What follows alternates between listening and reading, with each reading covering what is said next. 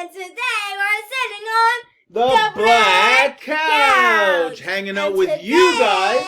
Well, who are we hanging out with? Our car fans. That's right.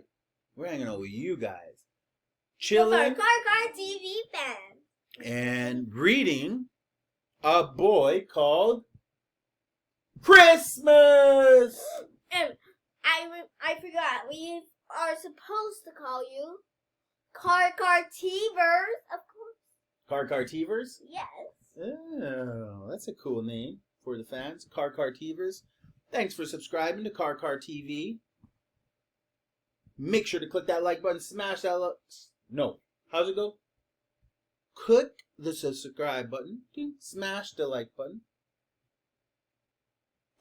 And hit that notification bell so that you always are notified when we drop the next chapter. There's a bell right here.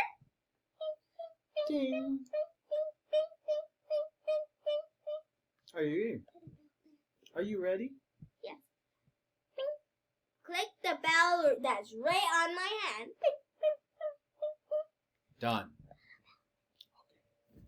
Now, we are on chapter number 27. The big decision. And you up first or am I up first? I'm up first. Car, you ready? Yes. 3, 2, 1, welcome, Producer Ton! Yeah! Welcome, Producer Ton. You're going to have to go on the other side so they can see you in the camera. I am in the camera. You want to be on this side? No. Okay, I am in the camera. There we go. Hey, We're in. Okay, here you go, Producer Ton. Yes, You're up. The Big Decision, Chapter 27. Chapter 27. Blitzen settled back in the reindeer field with Donna and Dasher and Fixing and all the others. And over the next few weeks, Nicholas observed that the reindeer seemed to like Blitzen. What are you doing? Blitzen's naughty sense of humor. They were always laughing at him. Well, it was impossible to tell the reindeer were really laughing, as the reindeer laughter is very hard to detect. But the eyes shone brighter whenever he's around. And Nicholas stayed in Father's Topo's cabin.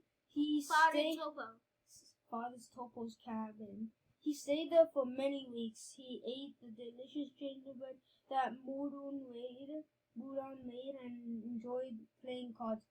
Each one hand painted by Luca, with little Noosh like all elves, was amazing at card games, but occasionally she would let him win. He mixed them well and made friends with elves. He never snobby regardless of the color of their tunic. The sadness inside him was strong, though he tried to remember the good side of his father. It had always been there, underneath the bright red, what is that? Oh. Beneath the dirt on his hat. Nicholas washed the hat and wore it, and he was determined for that good side to live on inside himself, and for him never to lose it. I've been thinking, said Nicholas after a month in Elfham. It's time for me to go back to the human world. Well, said Father Tupo would say, if that's what you want, then you should do it. One day he got Blitzen to fly him to... What? Okay. Christinan Kapunki. As he flew, he occasionally looked for his father the way he had looked for him before. But of course there was now no father to be found. They landed on the church roof, and Nicholas climbed down the tower. He spent the day among the humans. He stared in the window of a toy shop at the elf dolls that looked too far, too square and simple to be elves. He saw the curly doll of the King Fidgeted. he saw a boy walking out with a wooden reindeer. He remembered that craving inside him. When he used to gaze in with his dad, to have the toys that other children had. Now all he did was crave to be by his father's side. The plan had been to go back to the cottage. High five. Wait, the picture. Show the picture. Oh, you scored. High five. All right. I don't high five. I don't show it. High five back to you.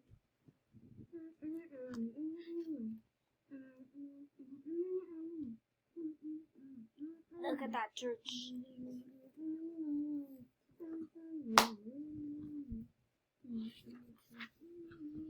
But there was no way. Why choose to live with a nasty aunt when you could live in a place of joy and magic? Why live in a place so full of reindeers of a past that can't be brought back? So he made the decision he was going to live with the elves forever. But as Nicholas kept banging his head on the roof beams at Father Topo's cabin, it was decided that he should have a home of his own. So the elves built him a pine wood house with some gingerbread and candy cane furniture. The only thing Nicholas had been certain to ask the architects for was a view of the reindeer field. So they built the house right on the edge of the snow-covered grass, meaning that from all the south-facing windows he could see Blitzen at any time. Sometimes when Blitzen was in a good mood, he would fly circuits around Nicholas's house, galloping fast through the air past all the upstairs windows. Occasionally some of the other reindeers joined in, Prancer and Comet usually, and sometimes Dasher, though never Donner, as she was far too sensible. Nicholas felt lucky. He thought of Aunt Carlotta and sleeping out in the cold. There were many worse ways to live as an 11-year-old boy than surrounded by magic and elves and reindeer.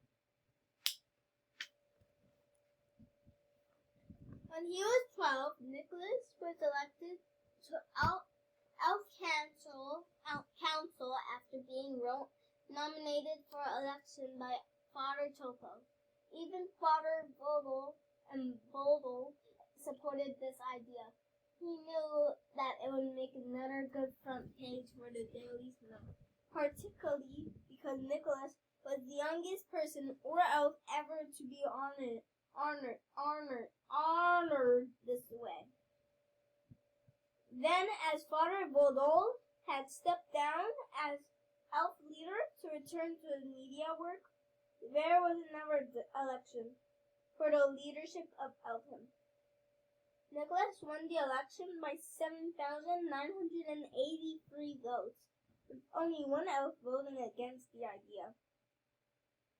So, Nicholas was called Father Nicholas, which struck Nicholas as funny. Father Christmas, get it? The elves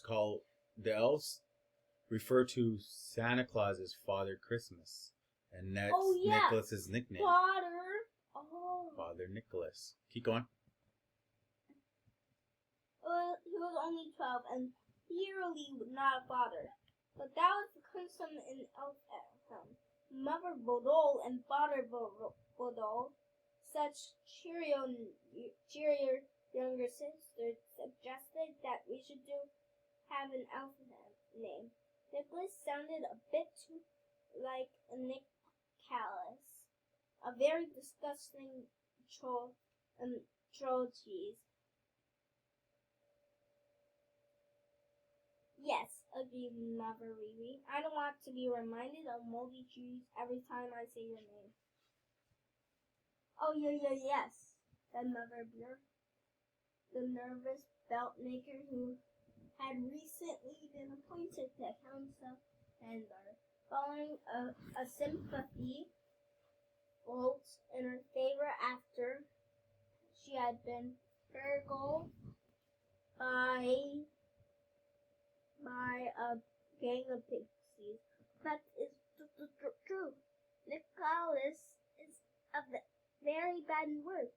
It is nearly as bad as the stinky mud bungle or impossible. must think of something else. At the point that Father Topo interrupted, how about we ask Nicholas? There was only one name that came to his mind. Christmas, said Nicholas. Well, about Christmas, grumbled Father Rodel. It's 7 months from May. I mean, why don't you call me Christmas, Father Christmas? Olio, sitting on the council room, waddled. Why that name? Asked Father Topo, toying with a biscuit. My mom and dad used to call me it. When I was a little boy, I was born on Christmas Day. It was a nickname. Father Christmas, said Bodle, suspiciously. It doesn't sound very memorable. I like it, said Father Topo. He munched on his biscuit, getting crumbs on his mustache. I mean, you brought little Kit back on Christmas Day, didn't you? It fits. Father Christmas. Christmas is the time of giving, said Mother Reevy. And yourself for a gift, a human gift. High five. Felt memories flooding back. A tear rolled down his cheek. Father Christmas. He remembered those early Christmases when his parents had both been alive, and they had gone to sing carols in the town square at Christine Nankaupunki. He remembered he remembered the joy of that later Christmas when his father had shown him the sleigh he had been building and hiding in the forest. Even the turnip doll had been special at the time. He smiled, wiping away that happy tear, and sounded the name over in his mind. I think Father Christmas is perfect. Hooray, said Father Topo, swallowing the last of his biscuit. This calls for gingerbread. All right. Little loaf of gingerbread. How do you spickle dance? That's my question. You want to see spickle dancing? Yes. I don't know if I can zoom in. There you